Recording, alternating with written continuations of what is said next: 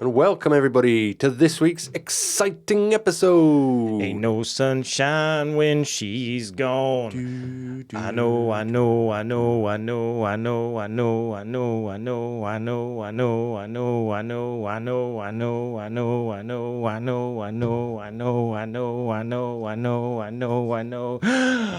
That's as long as I can go. Well, that was pretty good. He does it longer in the song, doesn't Probably he? does, yeah. But he also has the background music going, and yeah, well done. I bet there's some All in people, one breath. Yeah. Since giving up smoking, like you, I feel like I have got more room and stuff in my lungs. I feel like Pavarotti some days. Yeah, you look like him some days. Thanks, mate. Yeah. Fat with a beard. Yeah. That's thrown me for a loop. I don't know what I was going to say there.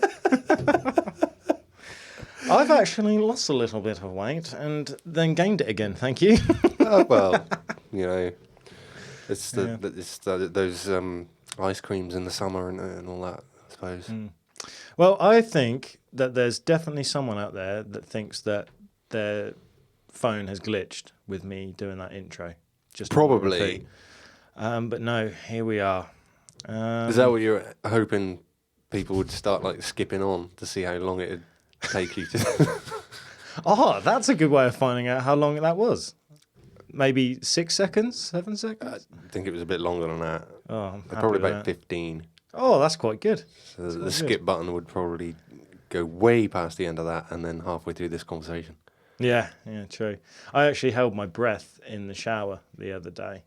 That wasn't just so you could experiment how long you could say, I know for. No, I was just like trying to do breathing techniques and stuff. Do you remember we mentioned like Wim Hof before? Oh, yeah. And stuff like that. So I was trying some techniques and I actually held my breath for like, I think it was 1 minute and 27 seconds. Wow. Which is pretty good for someone who used to smoke. Oh no. We're With going to have to water censor pour. that. Why?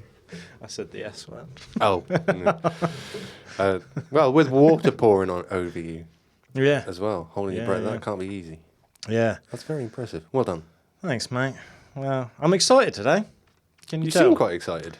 I'm very excited. Me and you have had a very busy 2 weeks. It's been horrendous 2 weeks for me. It's been pretty bad, hasn't it? So Started off coming back from holiday with the boss moaning at me via text message. Then I found out I got COVID. yeah. Then we literally got rained on for about 6 days solid. Yeah. In the meantime, I was having to wash equipment in the rain with a pressure washer. How fun that was, I can tell you. Did you get out your cagoule for the rain? I don't own one anymore, but my waterproofs were actually wetter on the inside than they were on the outside by the end of it. That sounds about And right. you were moving house Yeah. the whole time. Yeah.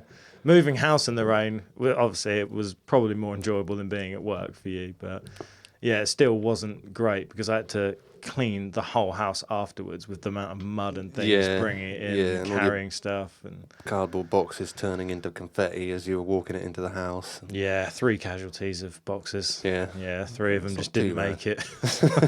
Soaked through. So, yeah. Oh, my pots and pans are falling out. Hey, what, pots and pans? So what are we doing today then, John? Yeah, well, that's a long old intro. It was.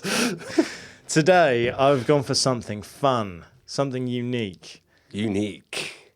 We've gone for fake martial arts. Fake ones. Yeah, fake martial Like arts. origami. Origami is paper. That's not martial arts. What's a fake at all. martial art then? Well, we're going to get into it. This is the thing. We're not talking like Shaolin, like mainstream martial arts, Wing Chun, karate, stuff like that. We're talking the guys who go, oh, you cannot hit me because of the immense power of my chi. Yes. I will deflect you even though you cannot touch me. Yeah. Oh, sorry, not for the Asian accent.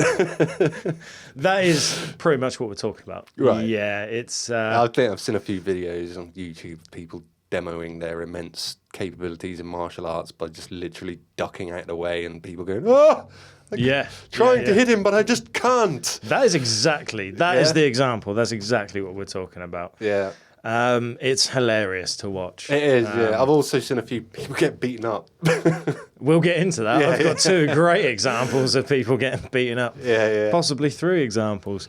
I'm going to credit a guy called Super Eye Patch Wolf, his YouTube channel, Okay. for the information and stuff I got today, because that's how it started. I was sent this video. And was that the guy that went around challenging all these masters? That guy does come up in the thing, yeah. So it started with Moistly J, a good old Patreon guy, friend of the podcast. Yeah. He sent me this video. We started just talking about China and martial arts and things like that.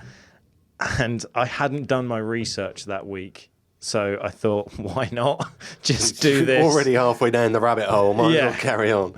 Yeah, so I will credit Super Eye Patch Wolf. He took the blue pill. Yeah. I was going to do Project Bluebeam, but that's coming up. Oh. So let's start off with good old Josh fashion of a bit of history for you. History. So here we go. Where did martial arts start then? Well, it started in ancient times, but we're going to bring it up to speed a little bit because we're just missing out about 2,000 or 3,000 years of that. Yeah, we haven't got time for that. No. So fake martial arts is like a modern thing. In a way. Yeah, people only faked it in the last couple of 100 years, haven't they? Yeah. So do you remember there was a big craze in the early 70s of like... I remember it well, yeah. 10 years before I was born. Well, you know that martial arts, like I've mentioned before, like Bruce Lee is an idol of mine. He is amazing. That kind of film where it was over the top. People would have seen like Ong Bak. Just like Jet Jia, Li. Tony Jaa, Jet Li. That kind of style of over-the-top martial arts. In a way, Karate Kid fits into that. It's not over-the-top action, but Karate Kid does have some of those themes of... well, I think it's been said before that Karate Kid makes more sense if you think of Danny LaRusso as the bad guy. Yeah. And I agree. I actually agree. When you rewatch that film with that in mind, you're like... Yeah, no, Karate Kid was kind of a douche there.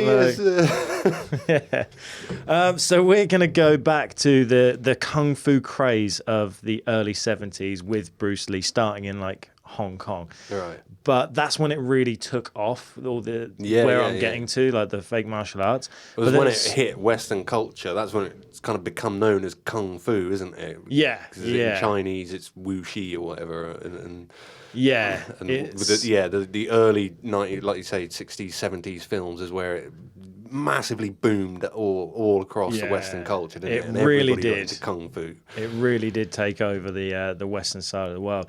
But it even kind of started before then. So that's when it got popular in the 70s. Right. But it wasn't actually introduced into America until late World War II. So American soldiers that were deployed into Japan, they would actually learn karate and judo, actual techniques, not fake martial arts, like real martial arts. And then they would incorporate that into their basic training, working with the Japanese. And then these American soldiers would then come back and start opening their own dojos and trying to teach other Americans martial arts, which is why you've got like the Karate Kid kind of movie plot, and like you've got well, Mr. Miyagi wasn't American, but Cobra Kai. Cobra Kai, that's what I'm thinking of. So all of these dojos in America opened up because it started in World War II or late World War II, which I thought was a good tidbit of information there. So all these quite cool. Soldiers went over there, did a couple of months training with in the proper Asian dojos, and then came back, declared themselves masters. Went, you can learn under me. Yeah, pretty much. Yeah. Yeah, there is something a bit like hustling about it in a way. A little bit. Also, little fun fact here, talking about hustling and martial arts. I don't think they're all like this. Kung Fu Hustle. This was a load of Hong Kong phooey, I tell you. I studied Taekwondo for a period of years. Yeah. And that was all about remembering sequences and things like that. I got all the way up to red belt 2 stripe of like the black stripe. So I was one grade away from my black belt. I was going to say different martial arts have different colours in different orders, don't they? But Taekwondo-wise, I was one grade away from my black belt. Right. And I don't know if it was the teacher or the sensei, but I will not call his name out. But when it came to the test and to book the test to do my black belt, he wanted over £1,000 for What? it. And at the time we're talking like early 2000s kind of thing. My parents couldn't afford that. So I just got all the way to red belt to black stripe and then was like, that's as close as I'll get to a black belt. Yeah, most it should be, 50 quid? Yeah, you'd think so. Yeah. All the other belts were. Yeah. But no. So, yeah, it is a little bit of... Absolute rip-off. Yeah. So, there... It's Taekwondo the kicky one. You do a lot of kicks. The kicky one? They're all kicky ones. Yeah, but I'm sure Taekwondo is the one that's famed for its real powerful kicks. I just remember doing That's why you always threaten to spin kick people, isn't it? Yeah. No one's ever seen the spin kick. No, I've never you've seen not it. heard of anyone because they're non-existent. Oh, Kapow. right. They've just been knocked out of existence. Yeah, like Thanos stuff. Oh, fair just play. into dust, just gone. So Well, I hope I never get to experience the bad end of this spin kick. no, you probably never will. I've been threatened with it enough times. Yeah, but no, it's a rare opportunity. It's only people that really deserve it, you know. So if I ever see like Trump or Putin or something, pow, you know. Spin kick. Yeah. End of reality. Yeah, that's the one. Right. So that is a fake martial art. yeah. Or is it? It might not be. Yeah. Right. So the British and Japanese armies were attacking, invading, and colonizing China. And China became a weak and divided nation. Never. Yeah, to the point where they were actually nicknamed the Sick Men of Asia. Oh. So that is why it leads into the Fist of Fury movie by Bruce Lee. Yeah. He enters the dojo and declares, "We are not sick men," before he kicks butt and kicks all these people in this dojo and kicks all these Japanese people around and stuff. And that's just a callback to back in the day.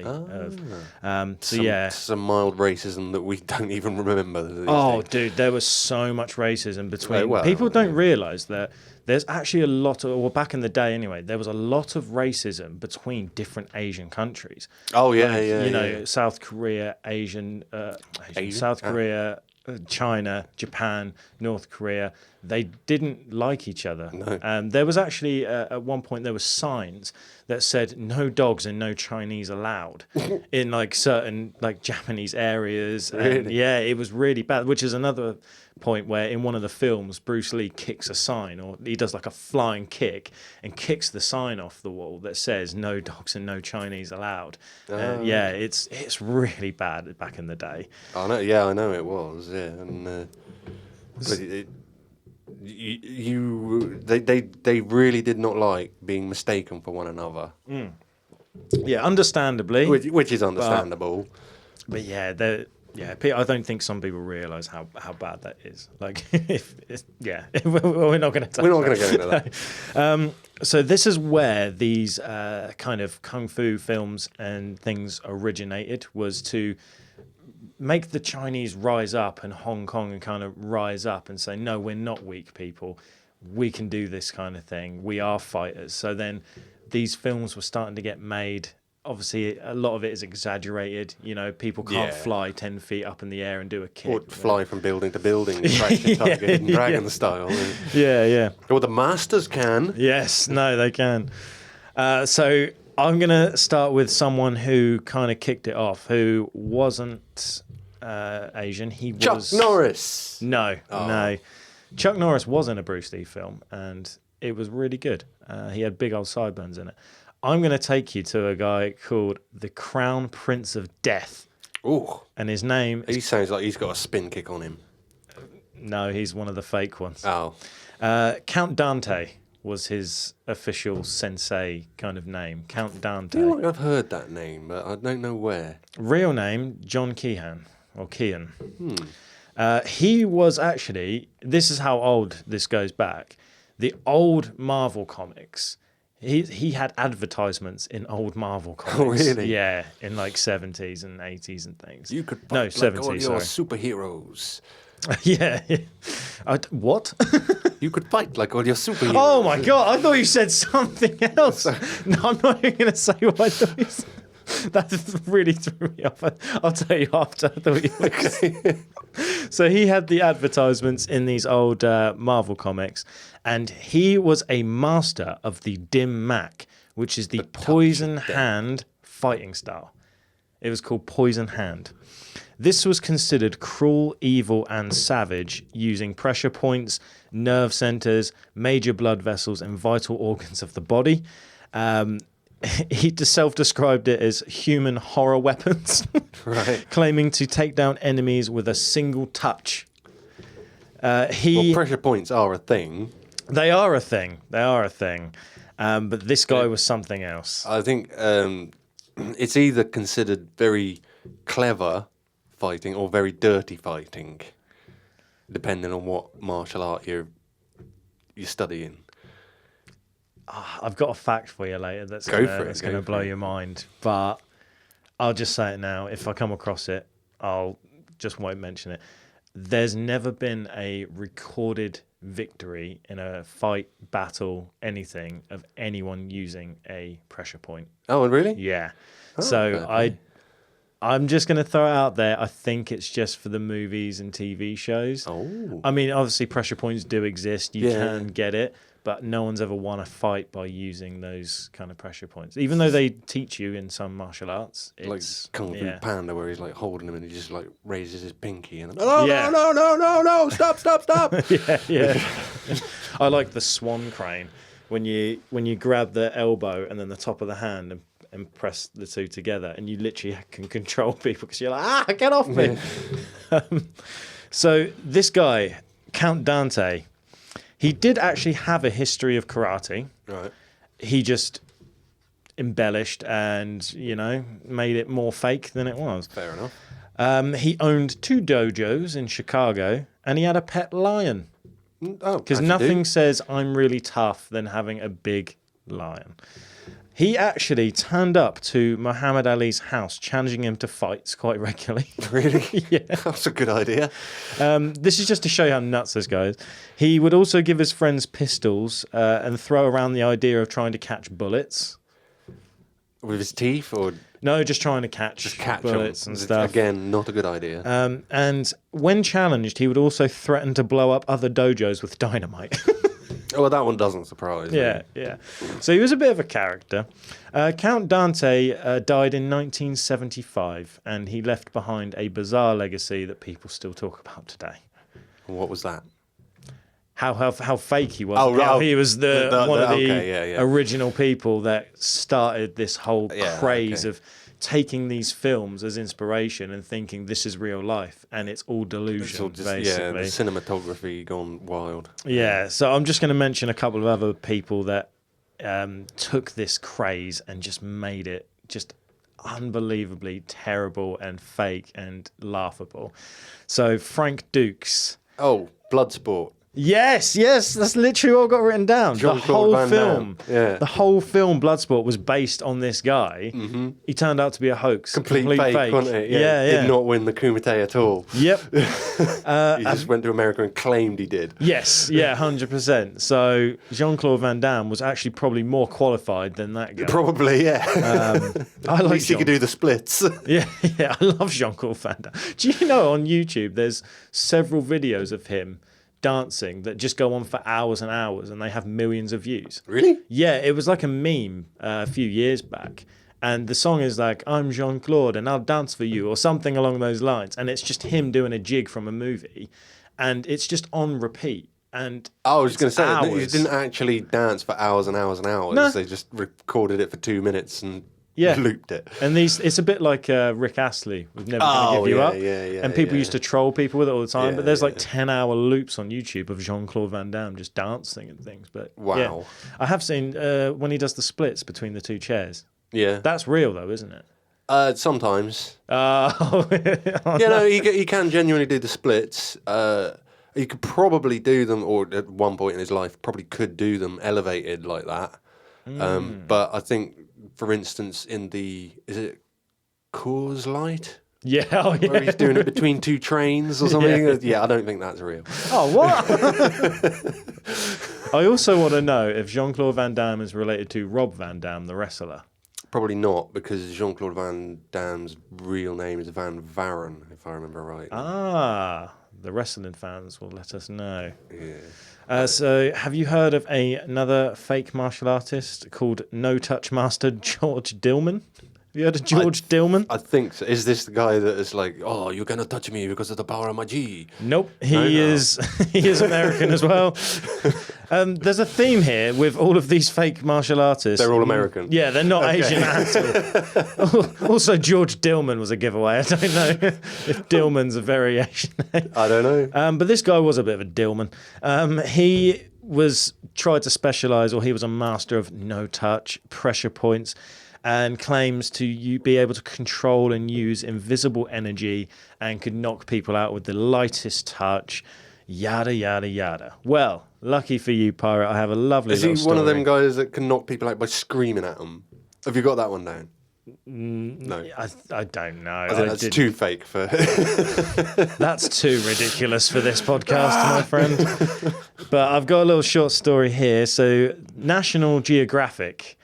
They were very skeptical. Oh, right, they sent 2 journalists to have a look at what this guy was claiming, and they were watching all these students fly all over the place, like people have seen in the videos. They're tumbling backwards. This guy is waving his hand, and like 6 people. At one point, this is the most ridiculous part of the video. At one point, he is stood there with his hand out, dead still, not moving. And for whatever reason, there's like 12 guys just running and then diving out of the way of this hand. Like there's some sort of force field around his hand. It is the most ludicrous thing. So this guy was like, no, it's not real. I'm a skeptic. And he was like, no, this will work on you.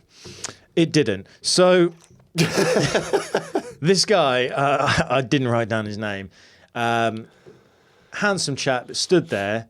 And this guy is trying all these techniques, no touch and everything, and he's just stood there with a smile on his face, like, you've been caught. This is a whole hoax. Yeah. So they wrote about that in the National Geographic. Now, the weird thing about this, afterwards, obviously it's for National Geographic. There's an interview there. They're speaking to George Dillman. Do you want to hear a couple of the excuses for why it didn't work on the National Geographic, but it works on all of his students? Go on then.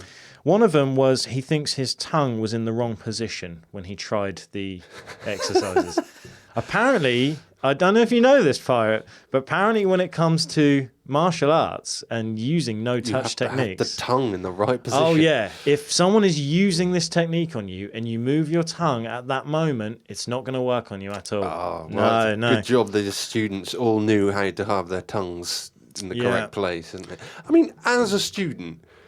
If you went to a dojo or a class, and all right, for the first like maybe lesson or two, if you saw the master just like holding his hand up and people would diving out of the way, and you'd be like, yeah, that's quite impressive. Until the point where he goes, okay, you attack me.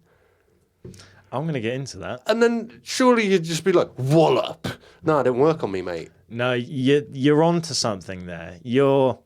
I would say you're at a 30% get out of my head pirate on that one. Okay. We'll come to that. It's very, very interesting. It's all to do with like psychology and stuff. Honestly, it's weird. Fair enough. So I'm guessing there's some kind of indoctrination technique that he uses on people to make sure that they're pliable. Otherwise, they're just not welcome in the class. Kind of. You're kind of on the right lines. Yeah, okay. Yeah, very loosely, you're onto the right lines there. Another reason Dillman says it didn't work was, again, just like the tongue, if they move their toes just before he uses his technique, that can throw off the balance of energy. Obviously. So it's all about the feng shui and the balance of energy. If someone's not completely dead still, this isn't going to work on him, which makes no sense considering people were walking towards him and they were flying everywhere. Yeah. So he turned out to be a hoax. I think I've got one more. Yeah, one more. So there is a guy called Harry Thomas Cameron. He was a student and a self-taught master of the poison hand technique that Count Dante used back in the 70s. Tim Mac, yeah.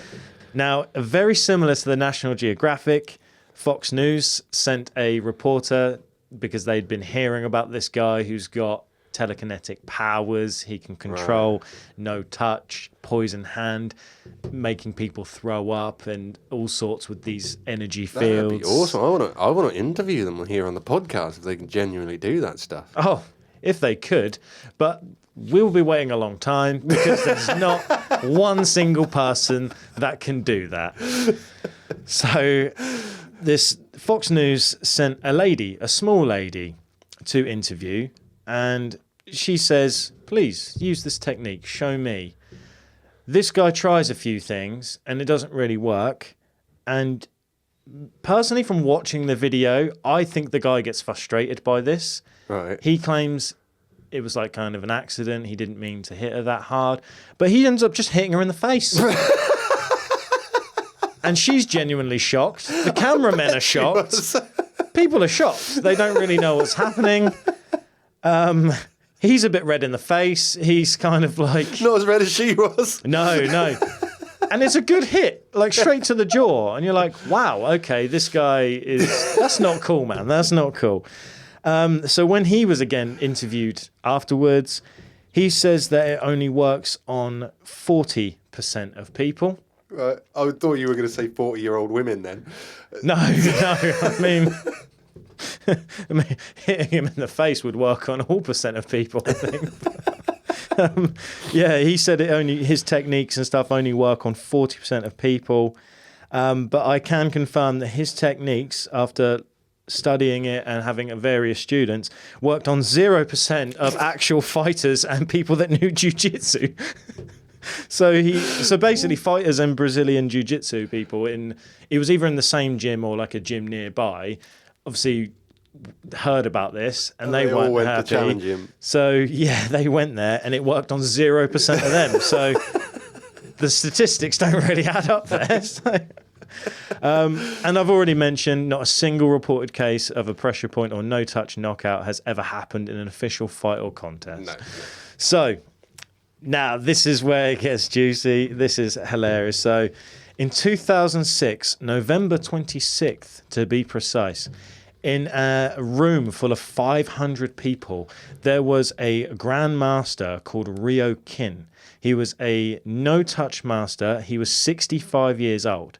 He put up $5,000 of his own money saying he could defeat any MMA or cage fighter. This is the one I think I've seen on the TV, yeah.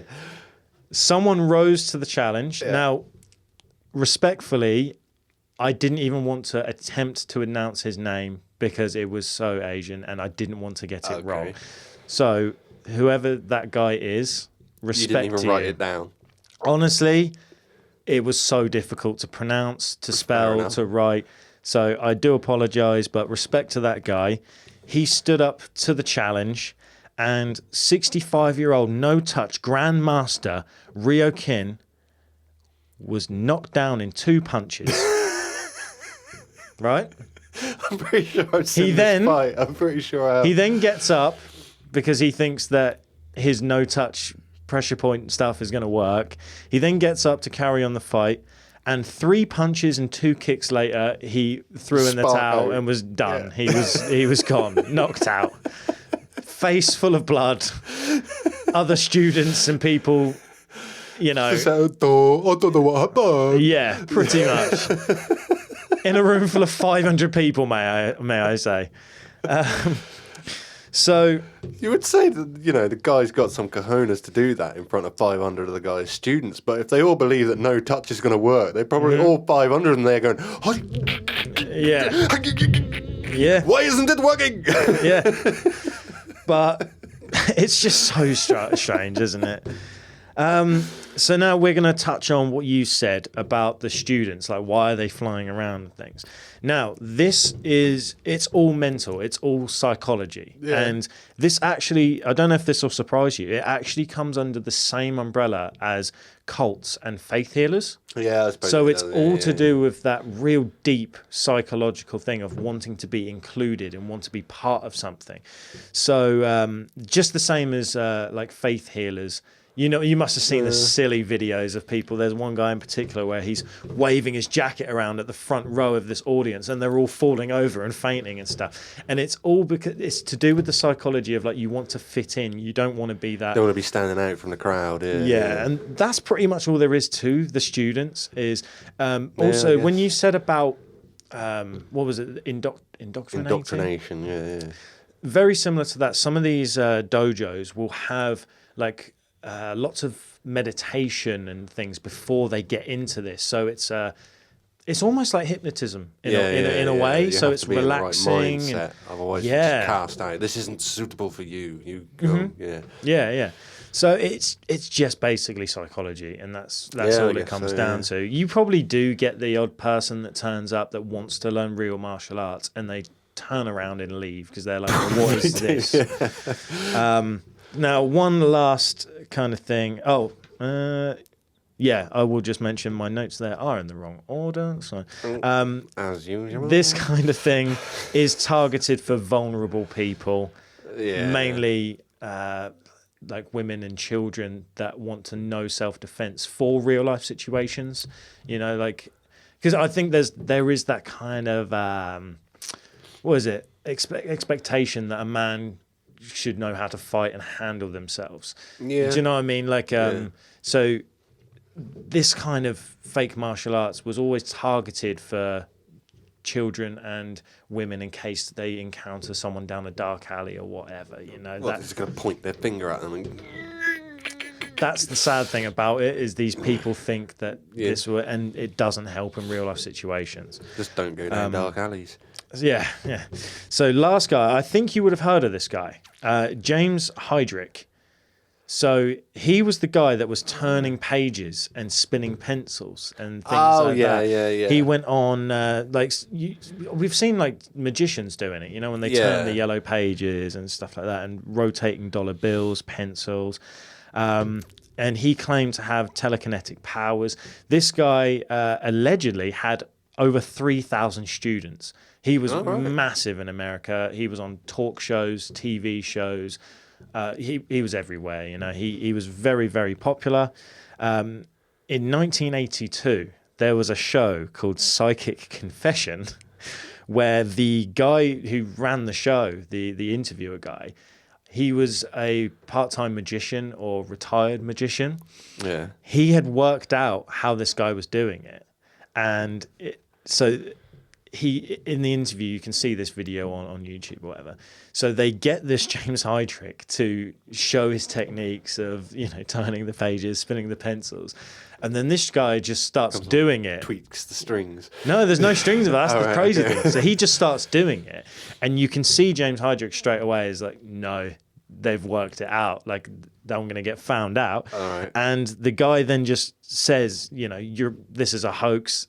How you're doing it is you're controlling your airflow through your nostrils. So you have very strong airflow. Okay, so he's all light movements, but you can't see him doing it because his mouth is closed. So he's all through the nose.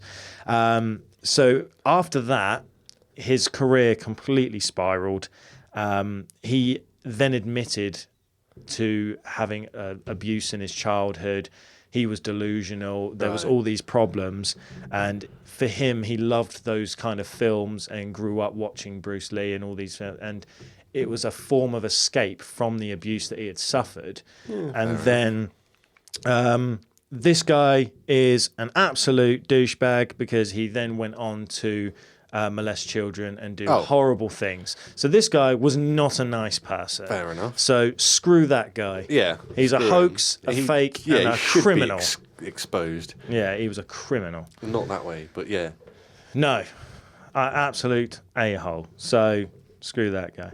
Now, I'm going to take you down. We're dwindling down. Right. We're getting to the... We've got to the nitty gritty of it now. The peak, the best story. Now this one might tug at your heartstrings a little bit, you know. No, it's not that emotional. I just feel bad for the guy. Okay, just before you do your closing story. Yeah.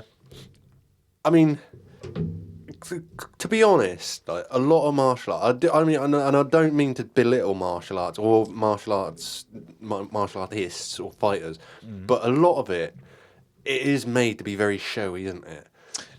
You've seen those videos that, like, on YouTube or wherever, where they've got like 3-year-olds breaking through blocks of wood. Yeah. And then the guy will hold up a block of wood for the next 3-year-old, and the 3-year-old raises his leg, and just the pressure of the bloke holding it snaps it in half. And everyone laughs, and they just grab another quick block of wood, and then the kid breaks it. It's very showy like that, isn't it? But you're also talking about two very different things. I know, right? I know. But... The stuff that you're talking about, yes, it's very showy, but it's also, again, going back to the psychology and stuff, it's to gain the confidence of these little kids and stuff. So it is like, it's meant to be like that.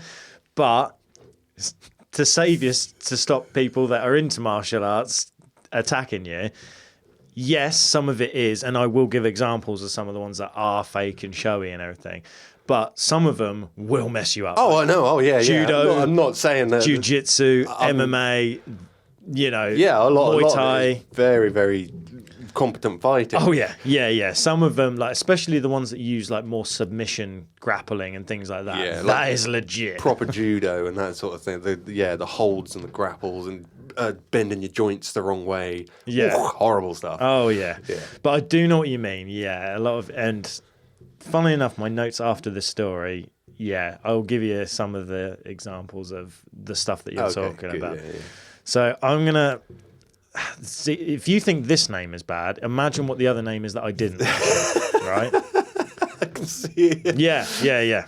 So the story of Zedong. Zedong. Yeah. It's a bunch. For those who can't see the notes, it's a bunch of X's and dongs. And dongs, yeah. It's a bunch of X's with a dong at the end. So, story of my life. So,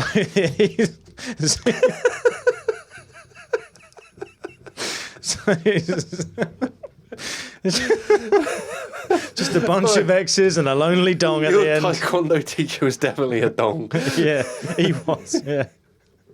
After the show, I'm actually going to tell you what his real last name was, and you're going to say, that's worse than Dong. And people will know, if you know me, they will know and agree. So, Zedong, I might just call him Dong to make it easier. Yeah, go for it. So, Zedong was a Beijing-born radio DJ and a trained MMA fighter. Right. In 2017...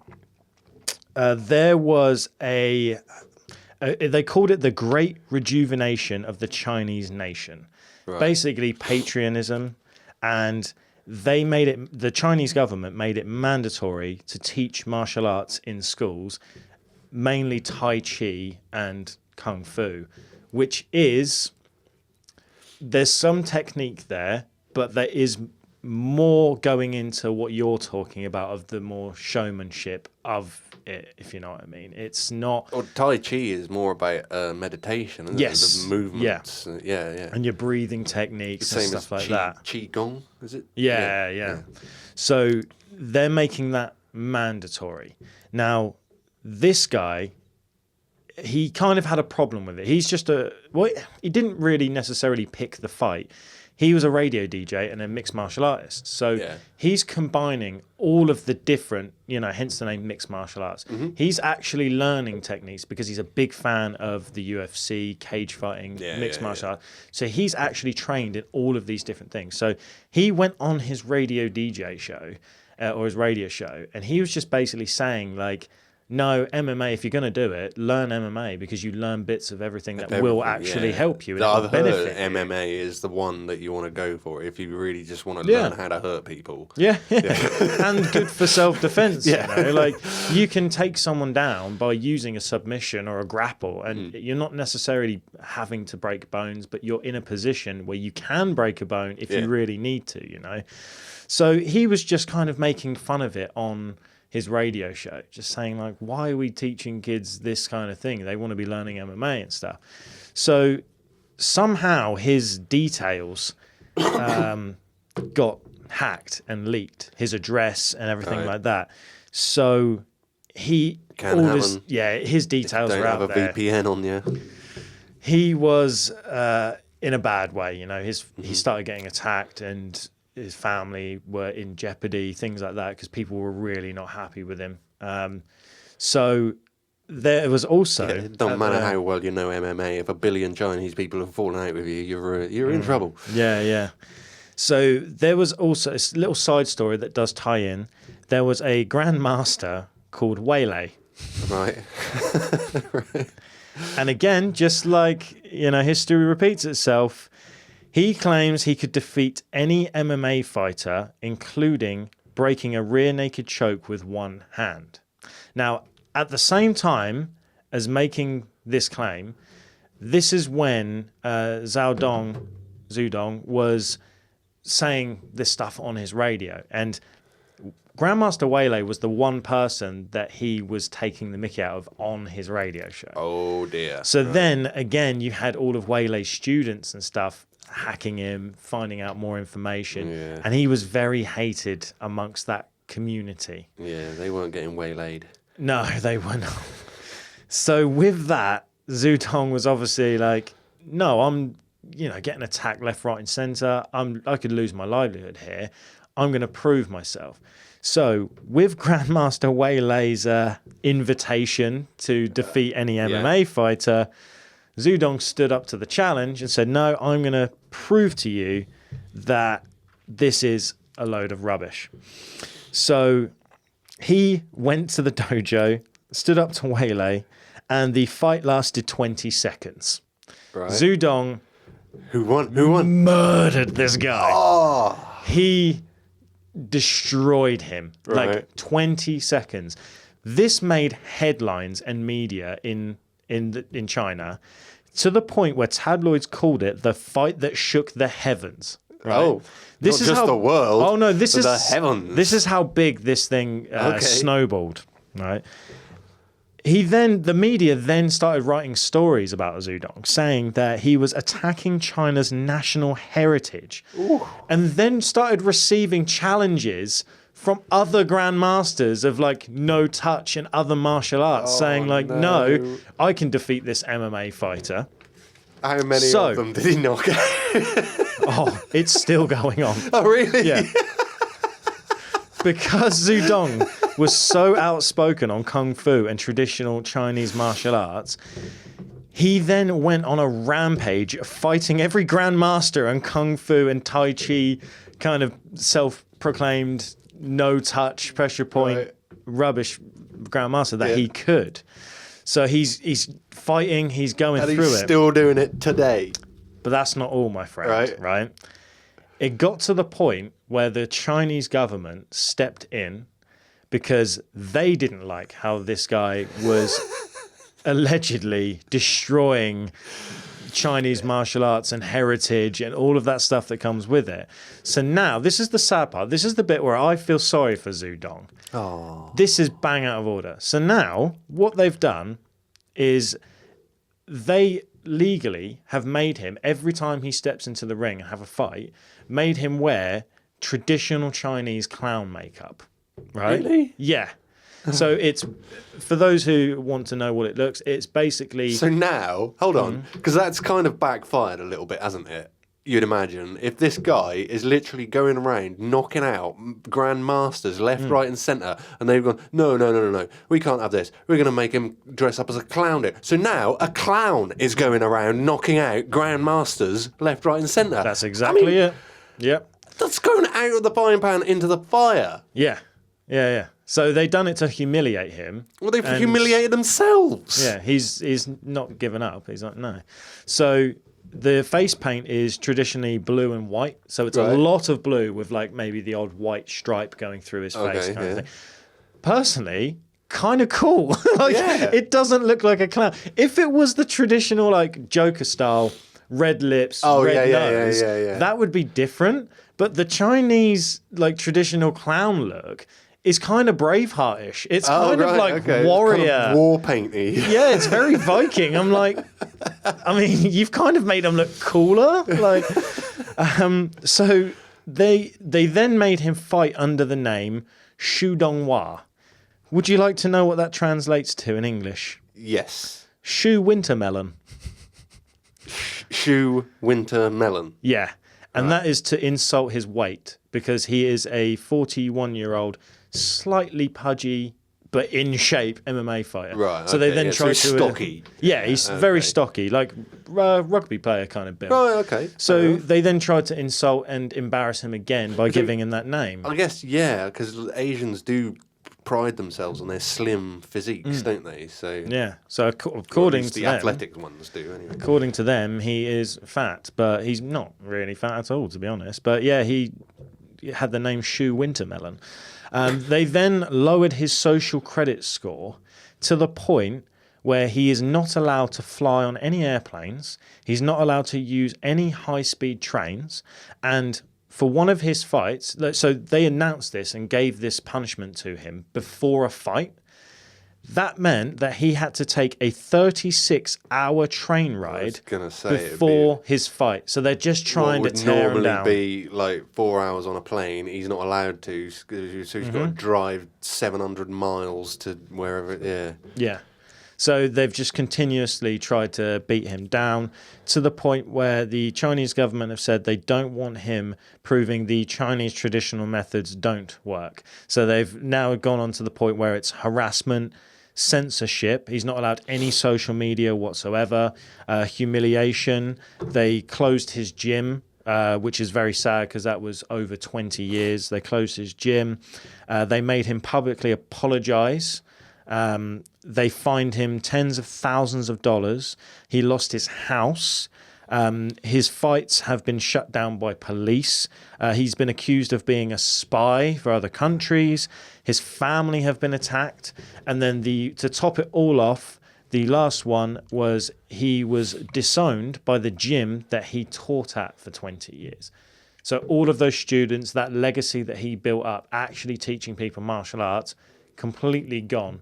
All because he does not agree with the fact that they're making it mandatory to teach this, kind of showmanship, and it's not going to help people. And that's the point that he's trying to make is that it won't actually save your life. It won't. Yeah, it's not going to help. You. So, to the point, mate, this is absolutely not. And this was all in the space of like a year, by the way. Oh, all right. Of this. Okay.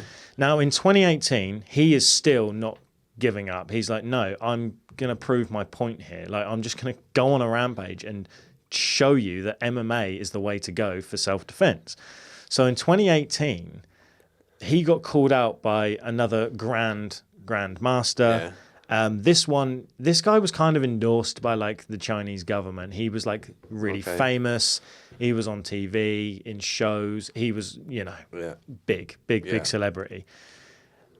And Zudong said, this is the biggest fight of my career. If I can destroy this guy, then this will prove to everyone. No one can contest that MMA is the king. He was like, you know how like David Blaine is considered like the best magician or one of the best magicians of all time? Yeah.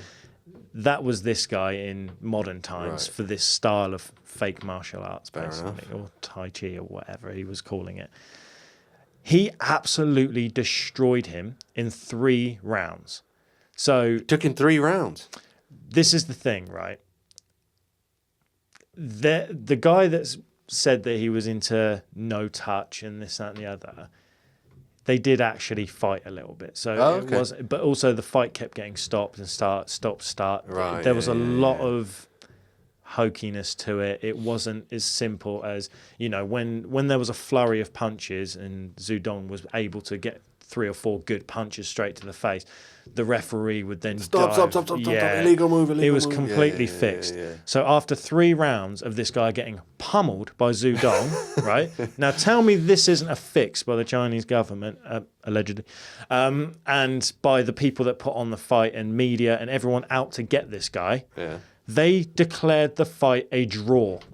Right. After this guy didn't get a single punch on Zudong, and he broke his nose. Broke his face, and wiped the floor with him. It was still considered a draw, and the referee held up both hands. Now, if that isn't the master of fixing fights, give me another example, because that is crazy. So, the good news is, Zudong still remains undefeated after 17 fights. Good. That was 4 years ago. So that number of 17 fights is probably more now. We're probably talking 20, 30 fights, possibly 40.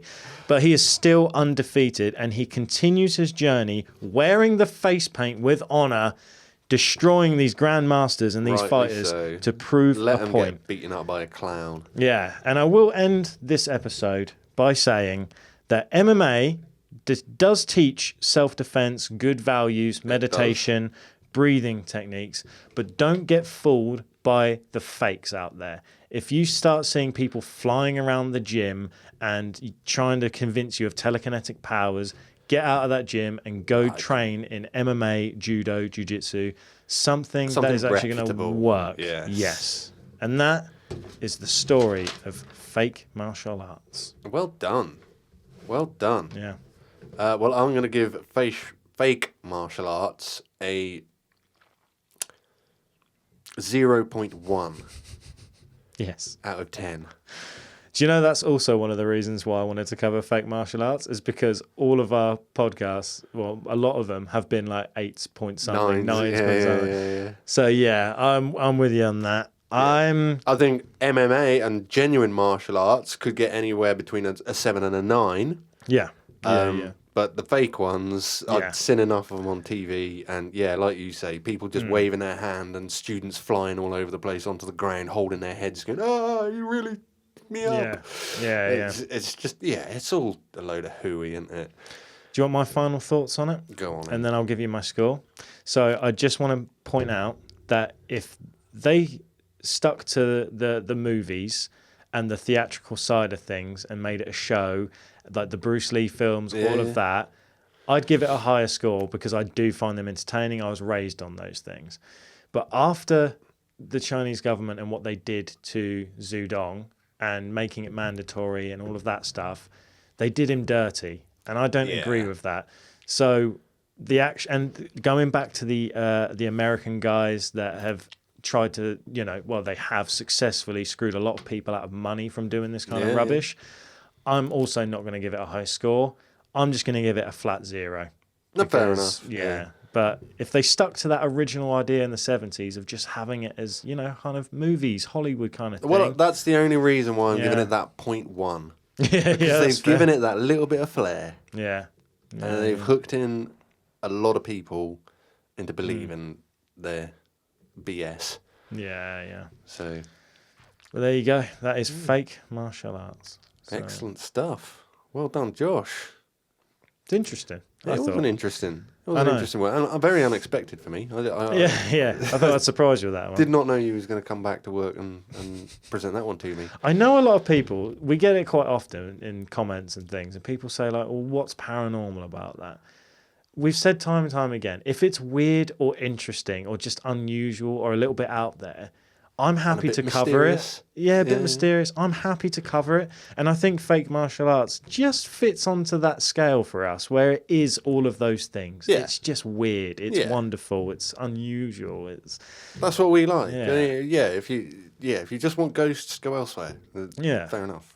But you know, we love our mysteries. We love everything a little bit weird and wonderful. Yeah. So. And if you want visual aid for everything that I've spoke about, again, I will just shout out Super Eye Patch Wolf on YouTube. It's definitely worth watching some of the video, especially the first 30 seconds, which is just a montage of people flying around a gym. And you'll see exactly what we're talking about today. But that is the kind of martial arts I'm talking about.